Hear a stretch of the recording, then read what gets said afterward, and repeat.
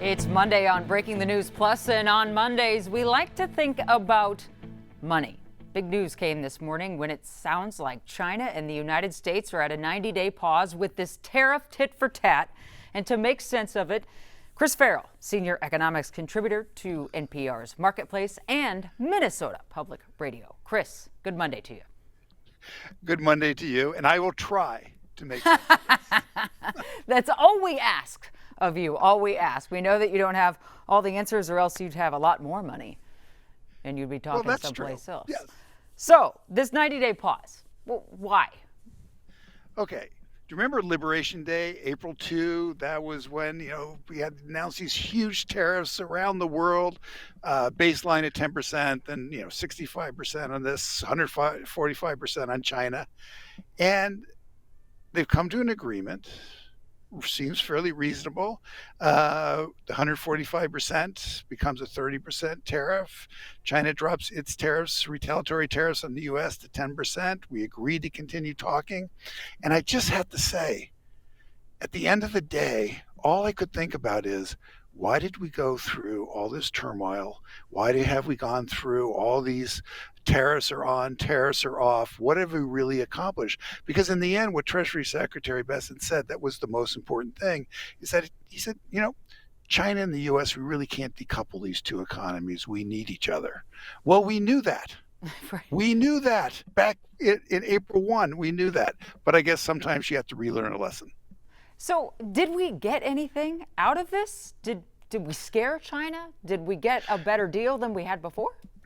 I don't think we're getting a better deal than we had before. We got a negotiated deal also, remember, last week with Britain, provided a framework for discussion. Now we have a framework for discussion with China. There could be some important stuff that comes out of these Chinese negotiations dealing with fentanyl, which would be a wonderful thing. But basically, the consumer has been frightened. Businesses have been frightened. We've borrowed a lot of purchases have been moved up in the year because people worried about higher prices and tariffs. We've been seeing higher prices, companies have said, in anticipation of tariffs. So we've gone through a lot of turmoil that in the end is kind of trying to go back to the economy we had before Liberation Day, which is with a relatively low unemployment rate, continued growth, and hopefully increasing consumer confidence. Right, because wasn't part of the point of Liberation Day to get everybody to make everything in America as quickly as possible? Then we don't need China anymore. But have companies just sprung up and since Liberation Day in the United States, or now that's gone too? That's gone too. And so, there's been a couple of press releases out about this investment that's going on here. But when you look at those press releases, you find out that this foreign company had already basically made plans to open that plant here in the U.S., which is a good thing.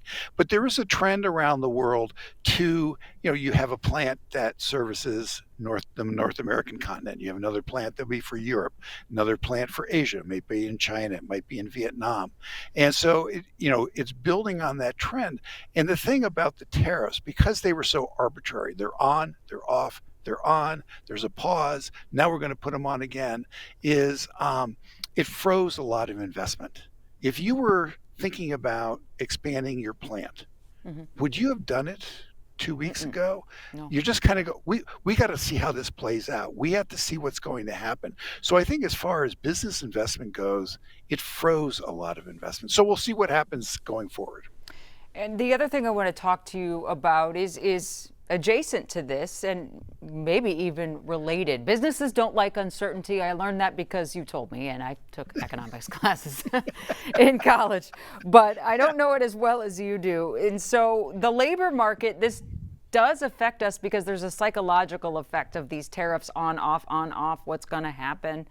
And that has to do with the worker. I was reading in the Wall Street Journal today about this new era we're in, which is different from the last time you and I talked about it. And that is the era of the boss is the boss and you, the worker, don't care if you don't like it. Like your days of calling the shots as the laborer are over. I think it is very true, because the way that I'm looking at the labor market right now is that it's frozen. If you have a job and you're working you're well aware you don't want to lose your job. You don't want to leave your job because on the other side, a lot of employers are not hiring. They're not necessarily laying people off, but they're being very cautious about their hiring. So it's a frozen labor market as opposed to, remember the big quit, the Hmm. great resignation. I don't know what term you favored, but We people did were that story leaving many times with you. many times. Well, that story, as you just said, it's over. So this is now, and there's also I want to emphasize there's a side story to this, which is the high tech industry. Mm. So the high tech industry is laying off a lot of people, and they're also hiring a lot of people. And the reason why they're laying off people is they're getting rid of the people who they don't think are as valuable in the age of artificial intelligence, Mm. and they're hiring a lot of people who they feel are going to be more valuable in the age of artificial intelligence. And the sort of Silicon Valley boss, they got really frustrated during that big resignation, that big quit. We got to treat these people nice. We have to, like, give them all kinds of comfort, and we want and they really admire Elon Musk and the way that he has gone after the federal workforce. Maybe people don't want to go quite that far, be quite that callous, but there was sort of a sense of the boss is the boss. The boss knows what needs to be done. So part of it, I think, is the high tech industry is being ruthless because it sees the future, artificial intelligence, and it's going to do whatever it needs to do to get the workforce that it wants for that new era. And then on the other hand, because it's just harder for workers to get a job, labor market's more frozen, the boss can say, hey, you don't like this? Go elsewhere. Hmm. Is the labor market, in your opinion, more frozen because of all that economic uncertainty that are adjacent cousins to Absolutely. tariffs? Absolutely, because again, where were you going to be making your investments? Where were you going to do? Where were your expansion plans? Where are your growth plans? And so, just as the consumer was retreating, and you can see it in the data, it's not just the consumer confidence, but you could also just see in measures of how consumers are spending. And some of the anecdotal conversations I've had with people who, maybe I'm not going to do this remodel. Hmm. Maybe we're going to take a vacation that's closer to home rather than the sort of more dream vacation we were thinking of, going to a different continent. So there's a general caution, and that really does affect the labor market. Okay, so you talked about these bosses that are saying you don't like this job, shove it, in the kind of tech industry, Silicon Valley aspect of it. But is that same way of thinking happening in Minnesota companies or in places where we're working here at home, would you say? I would say that it's more gentle, uh, Minnesota but nice. it's more Minnesota nice. But it's there's a sense that there's been a power shift, Hmm. and can be a little more abrupt, can be a little more demanding, a little more. I don't need to be as comforting. No, I'm not going to give you a hug, and no, I'm not going to remember your name. But you have a job, and you're doing a good job, and that's fine. So I do think the fact that the key here is that the labor market is not as robust as it was. And so management can help themselves during those times. By the way, this will swing. There'll be other periods where the labor market's really strong and workers have a lot of freedom and they can go get other jobs, start their own businesses, and management all of a sudden becomes more solicitous. So I don't think it's a horrible environment. I don't think it's a ruthless environment, but I think it's almost like a human nature environment. You have a little more power. You're going Mm. to exercise it in your organization, and also it is a turbulent environment. There is a lot of uncertainty. Uncertainty is not a cliche.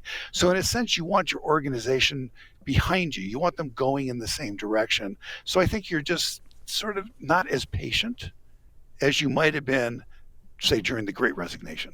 It's interesting because I'm hearing your voice from years ago now in my head. When we were talking about the Great Resignation, you were talking about a labor market where the laborer, the worker, kind of held the upper hand. But you said then that this will shift. This is a cycle. It is a cycle, and you're also seeing it in the stories, anecdotal, but also it's in the data. Young college graduates, This is a harder market to get a job. Young college graduates are going to get a job, but it's a harder market for them than it's been for the past couple of years. And so I'm talking to more and more people who are getting their degree, they got a job, but it's not really what they want to be doing. It's not really reflecting all the work that they put into college. Now, as we all know, when you have white hair like I do, that you're going to get the kind of work that you want. You're going to get the kind of career that you want, but it's going to take longer than it did someone who just graduated a few years ago. It's interesting you talk about college graduates. I'm sure you saw the story last week. MSU Mankato cuts like 30% of its majors. And I talked to the president of the university there about the why and what did you keep. And he said, we kept the majors that we could do really well. And we found out that 80% of our students were trying to take 20% of our classes. And the classes they were trying to take were in the fields that they felt they could get a job. And he said, Chris, that their job was to create workers for a workforce. That's what kids wanted out of college at MSU Mankato. They wanted to get out of there and get a job. I think that's right. I mean, and college is expensive. And the longer you're out of the workforce where you're going, it's not just the cost of tuition or the books or your room and board. It's also that you're not earning an income. And if you are earning an income, you're doing some part-time work, right, to help pay for your college education. So college education is really expensive. And yes, people want to learn about how to be a better citizen. They want to learn about history and about these incredible moments in culture and global history that transform the way that we think and the way that we live. But nonetheless, when you get that diploma, because by the way, you're also getting handed a repayment book at the Right. exact same A time, bill. right? Yeah. A bill. And you got 6 months before you have to start repaying those student loans. And so, yes, it is important that people get jobs and that employers look at them that this person is employable. They have the skills that I need. So one of the things that I think is going on, and it'll be at Mankato and all these other places, there's debate about artificial intelligence and what does it mean about our education system. Well, here's the thing. Employers are going to want college graduates who are comfortable with AI. There are philosophical debates, but in the end, the employer wants to know that this student can take this job, sit down at a computer, and start using the AI bot or the AI helper or however they're using AI on the job. All right, Chris Farrell. Thank you for the Monday morning take a peek at our week and the economy and all things money. We appreciate you being on Breaking the News Plus. Good to see you. It's good to see you. Thanks a lot. You bet. That's all for Breaking the News Plus. We'll see you back here tomorrow night.